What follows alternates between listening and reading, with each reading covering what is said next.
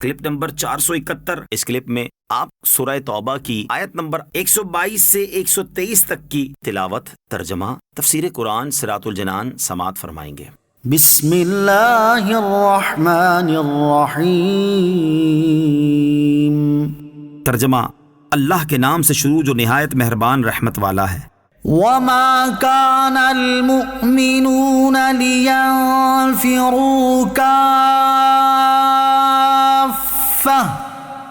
فلولا نفر من كل فرقة منهم طائفة ليتفقهوا في الدين ولينذروا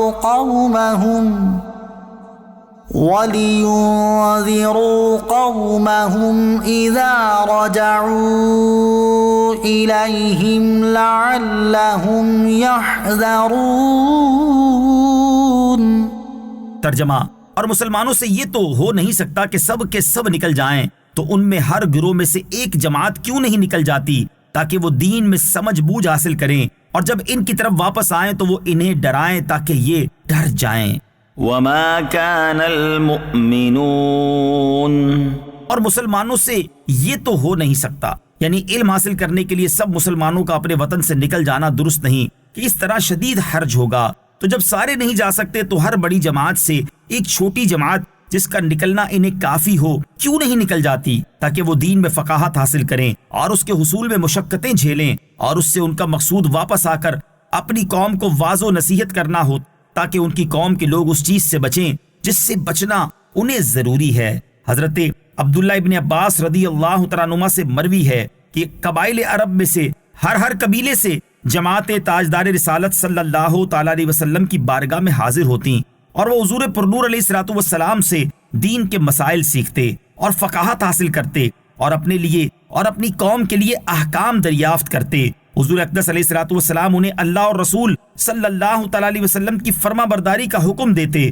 اور نماز، زکوٰۃ وغیرہ کی تعلیم کے لیے انہیں ان کی قوم پر مامور فرماتے۔ جب وہ لوگ اپنی قوم میں پہنچتے تو اعلان کر دیتے کہ جو اسلام لائے وہ ہم میں سے ہے، اور لوگوں کو خدا عز و جل کا خوف دلاتے اور دین کی مخالفت سے ڈراتے۔ یہ رسول کریم علیہ الصلوۃ والسلام کا معجزہ عظیمہ ہے کہ بالکل بے پڑھے لوگوں کو بہت تھوڑے عرصے میں دین کے احکام کا عالم اور قوم کا ہادی بنا دیا۔ آیت وما كان المؤمنون لينفروا كافة سے معلوم ہونے والے مسائل۔ اس آیت سے 3 مسائل معلوم ہوئے۔ نمبر 1، علم دین حاصل کرنا فرض ہے۔ اس کی تفصیل یہ ہے کہ جو چیزیں بندے پر فرض و واجب ہیں اور جو اس کے لیے ممنوع و حرام ہیں اور اسے درپیش ہے، ان کا سیکھنا فرض عین ہے، اور اس سے زائد علم حاصل کرنا فرض کفایہ ہے۔ ابن ماجہ کی حدیث ہے، حضرت انس رضی اللہ تعالی عنہ سے روایت ہے، رسول اللہ صلی اللہ تعالی علیہ وسلم نے ارشاد فرمایا، علم سیکھنا ہر مسلمان پر فرض ہے۔ امام شافعی رضی اللہ تعالیٰ عنہ فرماتے ہیں کہ علم سیکھنا نفل نماز سے افضل ہے۔ نمبر 2، علم حاصل کرنے کے لیے سفر کی ضرورت پڑے تو سفر کیا جائے۔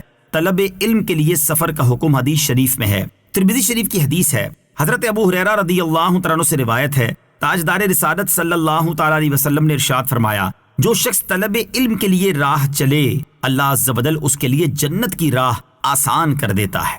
نمبر 3، فقہ افضل ترین علوم میں سے ہے۔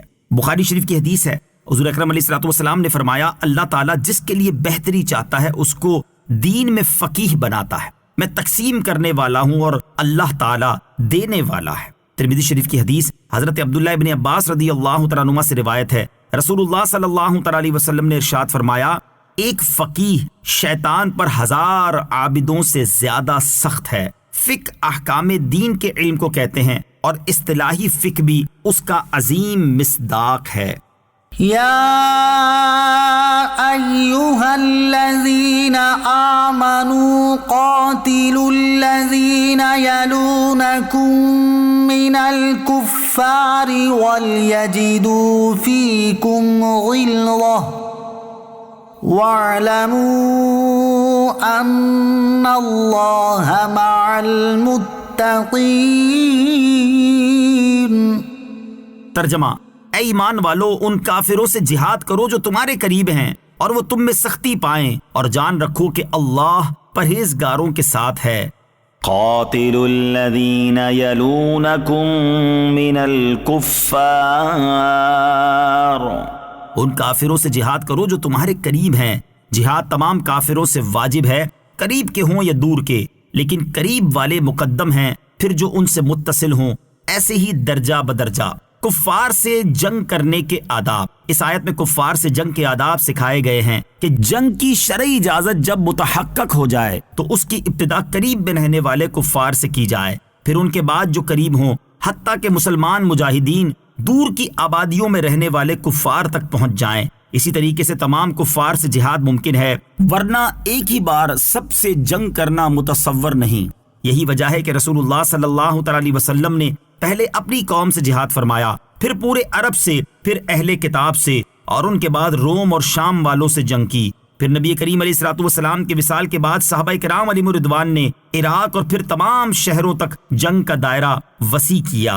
وَلْيَجِدُوا فِيكُمْ غِلْظَةً، اور وہ تم میں سختی پائیں۔ اس سختی میں جرت و بہادری، قتال پر صبر اور قتل یا قید کرنے میں شدت وغیرہ ہر قسم کی مضبوطی و سختی داخل ہے۔ جو کفار اسلام کی راہ میں رکاوٹ بنے ان سے سختی کے ساتھ نمٹنے کا حکم ہے۔ یہاں یہ نہیں فرمایا کہ ہر وقت سختی ہی کرتے رہیں، کیونکہ ہمیں تو دوران جہاد بھی عورتوں، بچوں، بوڑھوں اور پادریوں وغیرہ کو قتل نہ کرنے کا حکم دیا گیا ہے۔ وَاعْلَمُوا أَنَّ اللَّهَ مَعَ الْمُتَّقِينَ، اور جان رکھو کہ اللہ پرہیزگاروں کے ساتھ ہے۔ اس سے مراد یہ ہے کہ مسلمانوں کا جہاد اور کفار کو قتل کرنا اللہ عز و جل کے خوف کی وجہ سے ہو، نہ کہ مال و دولت یا منصب و مرتبے کے حصول کی غرض سے ہو۔